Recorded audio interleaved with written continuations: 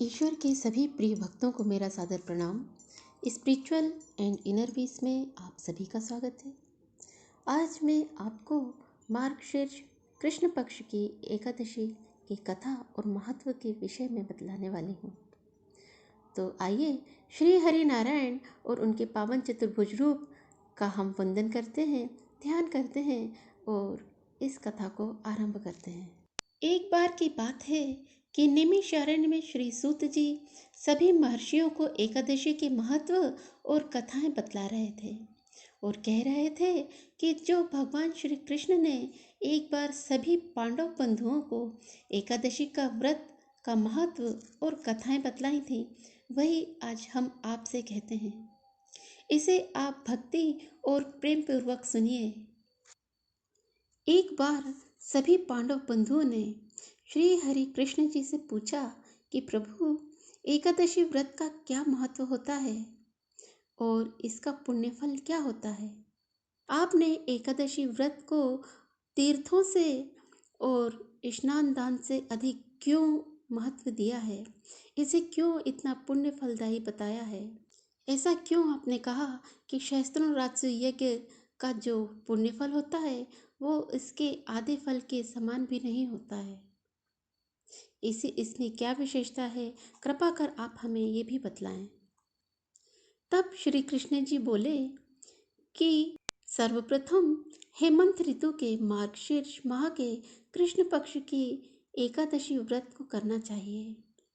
इसी दिन से आपको एकादशी व्रत का आरंभ करना चाहिए। दशमी की शाम को दातून करनी चाहिए और रात्र को भोजन नहीं करना चाहिए। एकादशी की सुबह संकल्प लेना चाहिए और नियम अनुसार सारे ही दिन व्रत करना चाहिए। स्नान से पूर्व तुलसी की मिट्टी को आप अपने शरीर पर लेप करें और उसके पश्चात स्नान ध्यान करें। स्नान के पश्चात मस्तक पर चंदन का तिलक लगाएं। चंदन का तिलक लगाने के पश्चात आप ईश्वर के समक्ष षडोपचार विधि से उनका पूजन अर्चन करें। धूप दीप नैवेद्य से भगवान का पूजन करें और रात्रि को दीपदान करना चाहिए। परंतु स्मरण रहे कि ये सारे ही सत्कार्य भक्ति पूर्वक किए गए हों।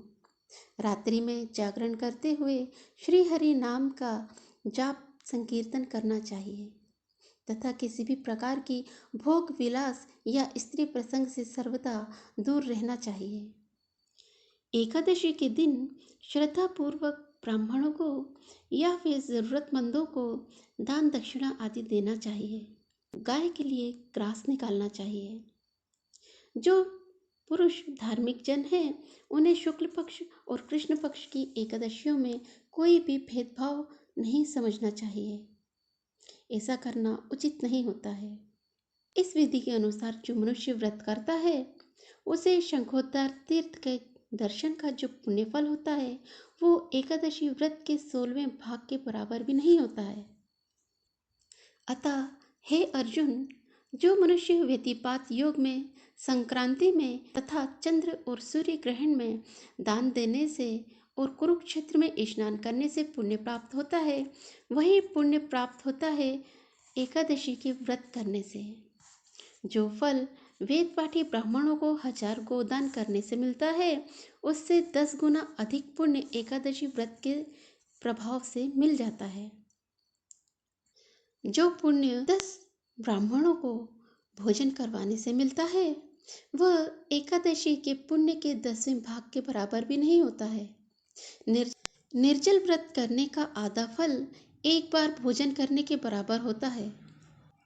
अतः एकादशी व्रत करने पर ही यज्ञ दान तप आदि का पुण्य मिलता है, अन्यथा नहीं। अतः एकादशी को अवश्य ही व्रत करना चाहिए तथा अन्य जो निरामिष भोजन होते हैं एकादशी के दिन वह सर्वथा वर्जित होते हैं। एकादशी के व्रत का फल सहस्त्रों यज्ञ के फल से भी अधिक होता है। तब अर्जुन कहने लगे कि भगवान, इस एकादशी के पुण्य को अनेक तीर्थों के पुण्यों से श्रेष्ठ और पवित्र क्यों बतलाया गया है। यह सब बातें आप यदि हमें विस्तार पूर्वक बताएं तो आपकी कृपा होगी। तब भगवान श्री कृष्ण बोले, हे कुंती पुत्र, सतयुग में एक महाभयंकर दैत्य हुआ था जिसका नाम मुर था। उस दैत्य ने इंद्र आदि देवताओं को भी पराजित कर दिया था और उन्हें स्वर्ग से निष्कासित कर दिया था। तब देवेंद्र ने शंकर जी के पास जाकर सभी देवताओं के सहित उनसे प्रार्थना की। तब भगवान शिव ने उन्हें ये कहा कि आपको भगवान श्री हरि नारायण के पास जाना चाहिए, जिन्होंने मधुकैटभ जैसे दैत्यों का संहार किया है। वही आपको भय मुक्त कर सकते हैं।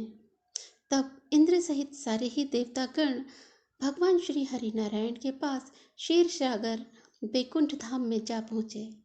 उस समय भगवान श्री हरि नारायण शेष शैया पर विराजमान थे। माता लक्ष्मी उनकी चरण वंदना कर रही थी, उनकी चरण सेवा कर रही थी। तब सभी देवगण वहां उपस्थित हुए तो भगवान ने उनके आगमन का कारण पूछा। उन्होंने अपने आगमन का जो प्रयोजन बताया, उसे सुनने के पश्चात भगवान हरि नारायण ने उन्हें कहा कि ऐसा कौन सा दैत्य है जिसने देवगणों को भी पराजित कर दिया है, और उसके भय से स्वयं इंद्र भी भयभीत होकर मेरे पास आए हैं। भगवान के इस अमृत वचन को सुनकर इंद्र बोले कि प्रभु, प्राचीन काल में ब्रह्मवंश में उत्पन्न नाड़ी जंगम नाम का जो दैत्य था, उसके ही पुत्र का नाम मुर है, जिसका निवास चंद्रावती नामक नगरी में है। वह अत्यंत ही बलशाली है। उसने समस्त विश्व को जीत लिया है और देवताओं के देवलोक को भी जीतकर उन्हें वहां से निष्कासित कर दिया है। स्वयं के दैत्य कुल के असुरों को इंद्र, अग्नि, यम, वरुण, चंद्र आदि लोकपाल बना दिए हैं। वह स्वयं सूर्य बनकर पृथ्वी को तपाता है और स्वयं मेघ बनकर जल की वर्षा करता है। अतः आप उस बलशाली भयानक दैत्य का संहार करें और देवताओं की रक्षा करें। इंद्र के वचनों को सुनकर भगवान श्री हरि नारायण ने कहा कि आपके शत्रु का हम शीघ्र ही अंत करेंगे। आप हमें तत्काल ही चंद्रावती नगरी ले चलिए। जब भगवान श्री हरि नारायण ने चंद्रावती नगरी के लिए प्रस्थान किया, तब उस दैत्यराज मुर ने अपने तेज से ये जान लिया कि श्री हरि नारायण उससे युद्ध करने के लिए चंद्रावती नगरी की राजधानी में आ रहे हैं। तब उसने तत्काल ही सारे दैत्य योद्धाओं को युद्ध के लिए सज्ज होने का आदेश दे दिया और देखते ही देखते योद्धाओं सहित मुर राक्षस युद्ध क्षेत्र में पहुंच गया। उस दैत्य की इतनी विशाल सेना को देखकर इंद्र आदि सभी देवगण भयभीत होकर वहां से पलायन कर गए। तब श्री हरि नारायण ने स्वयं उस दैत्य से और उसकी इस विशाल सेना से अकेले ही युद्ध किया। सहस्त्रों वर्षों तक युद्ध होता रहा।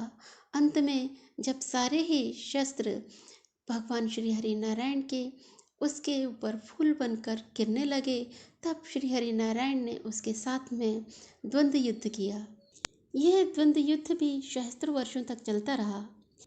परंतु जब द्वंद्व युद्ध करते करते भगवान श्री हरि नारायण अत्यधिक थक गए, तब वे विचार करने लगे कि अब कुछ देर के लिए विश्राम करना चाहिए। इस विचार को करके भगवान श्री हरि नारायण बद्रिका आश्रम स्थित 38 कोस लंबी एक द्वार वाली हेमवती नामक एक गुफा में प्रवेश कर गए।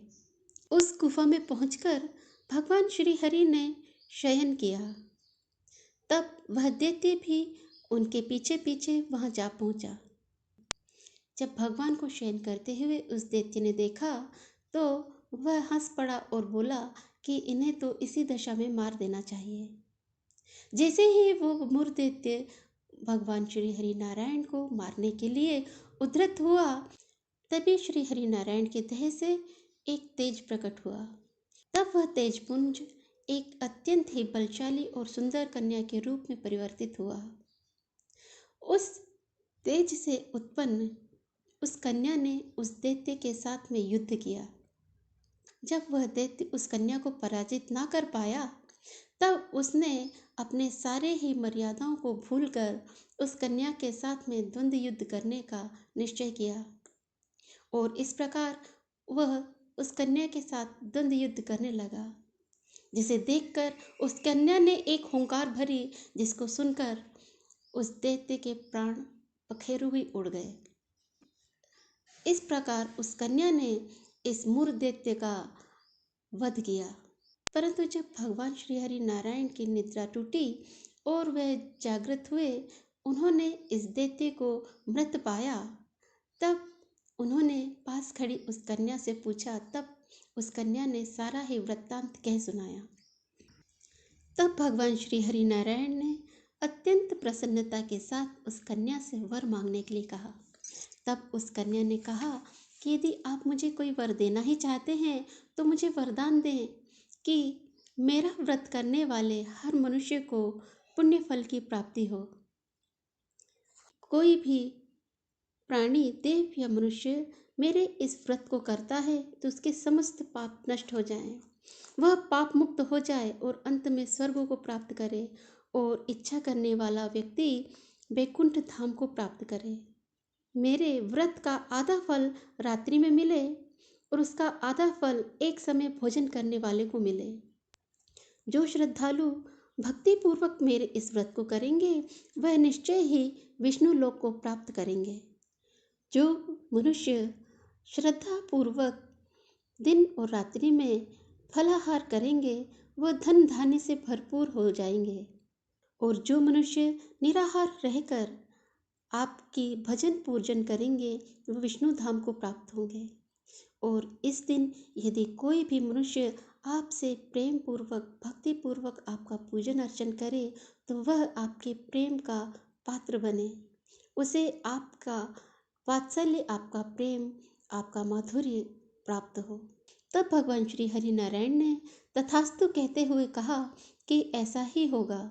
हमारे और आपके भक्त एक ही होंगे और अंत में प्रसिद्धि को प्राप्त करने के पश्चात हमारे वैकुंठ धाम को प्राप्त कर सकेंगे। आपने एकादशी के दिन जन्म लिया है, इसलिए आपका नाम एकादशी होगा, और चूंकि आपकी उत्पत्ति हमारे अंश से हुई है इसलिए आपका नाम उत्पन्ना एकादशी के नाम से जाना जाएगा। अतः मार्गशीर्ष कृष्ण पक्ष की एकादशी को उत्पन्ना एकादशी के नाम से जाना जाता है। जो मनुष्य इस उत्पन्ना एकादशी के व्रत को करेंगे उनके समस्त पाप समूल नष्ट हो जाएंगे। अंत में वे मुक्ति को प्राप्त कर सकेंगे। आज से तीज, अष्टमी, नवमी और चतुर्दशी की तिथि से भी अधिक प्रिय हमें एकादशी होगी। आपके व्रत का फल सभी तीर्थों के फल से भी अधिक महान और श्रेष्ठ होगा। ऐसा कहकर भगवान श्री हरि नारायण वहां से अंतर्ध्यान हो गए, और माता एकादशी भगवान के ऐसे उत्तम और अमृत वचनों को सुनकर अत्यंत ही हर्षित हुई, प्रसन्न हुई। तब भगवान श्री कृष्ण बोले कि पांडुनंदन, एकादशी व्रत का फल इसीलिए सभी व्रतों के फल से और सभी तीर्थों के फल से अधिक श्रेष्ठ और उत्तम माना जाता है। जो मनुष्य इस पवित्र एकादशी के व्रत को पूर्ण श्रद्धा और भक्ति से करता है, मैं उसके समस्त शत्रुओं को समूल नष्ट कर देता हूँ और व्रत करने वाले को मोक्ष प्रदान करता हूँ। उन मनुष्यों के जीवन की जो भी विघ्न बाधाएं होती हैं मैं उन्हें दूर कर देता हूँ। तात्पर्य यह है कि जो एकादशी मुझे अत्यंत प्रिय है उसको करने वाले प्राणी सभी ओर से निर्भय और सुखी होकर अंत में मोक्ष को प्राप्त करते हैं। अतः हे अर्जुन, मैंने आपको पवित्र एकादशी की उत्पत्ति की कथा सुनाई है। एकादशी व्रत समस्त पापों को नष्ट करने और सिद्धि देने वाला होता है। उत्तम मनुष्यों को दोनों पक्षों की एकादशियों को समान मानना चाहिए, उसमें भेदभाव नहीं मानना चाहिए। भेदभाव मानना उचित नहीं होता। जो मनुष्य एकादशी महत्व का श्रवण करते हैं, पठन करते हैं, उसकी कथा को सुनते हैं अथवा सुनाते हैं, वे अश्वमेध यज्ञ के समान फल को प्राप्त करते हैं। यह मेरा सत्य वचन है, इसमें तिल मात्र भी कोई शंका नहीं है। कथा का सार यही है कि यह एकादशी भगवान विष्णु की साक्षात महाशक्ति है, जिसने उस मुर राक्षस का वध किया, उस राक्षस का जिसे भगवान भी स्वयं पराजित करने में असमर्थ थे। उस शक्ति के आगे मनुष्य के पाप रूपी राक्षस भला कैसे ठहर सकते हैं। जिस शक्ति ने देवताओं को सुखी बना दिया, वह प्राणी मात्र को क्यों सुखी नहीं बनाएंगी।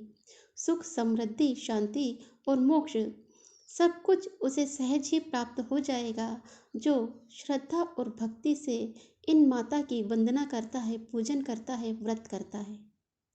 तो ये थी मार्गशीर्ष कृष्ण पक्ष की उत्पन्ना एकादशी की व्रत कथा और महत्व। आज के लिए केवल इतना ही। इसके आगे की वीडियो में हम फिर मिलेंगे, फिर किसी अन्य कथा के साथ में। तब तक के लिए आप मुझे आज्ञा दें। यदि मुझसे कहीं कोई भूल हुई है, कोई चूक हुई है, या फिर आपको किसी भी प्रकार की कोई असुविधा पहुंची है, तो आप मुझे क्षमा करें। यदि आपको मेरा ये चैनल पसंद आता है तो इसे सब्सक्राइब करना बिल्कुल भी ना भूलें। साथ ही बेल के आइकन को प्रेस करके ऑल पर क्लिक करें, ताकि हमारे सारे नोटिफिकेशंस आपको समय पर उपलब्ध हो सके। तो इन्हीं शब्दों के साथ जाने से पूर्व हम एक बार पुनः श्री हरि नारायण के उस पावन चतुर्भुज रूप का वंदन करते हैं, स्मरण करते हैं, ध्यान करते हैं और उन्हें हृदयांगम करते हैं और बड़े ही प्रेम से माता एकादशी के जयकार करते हैं और कहते हैं, हरे कृष्ण कृष्ण कृष्ण हरे हरे, हरे राम राम राम हरे हरे।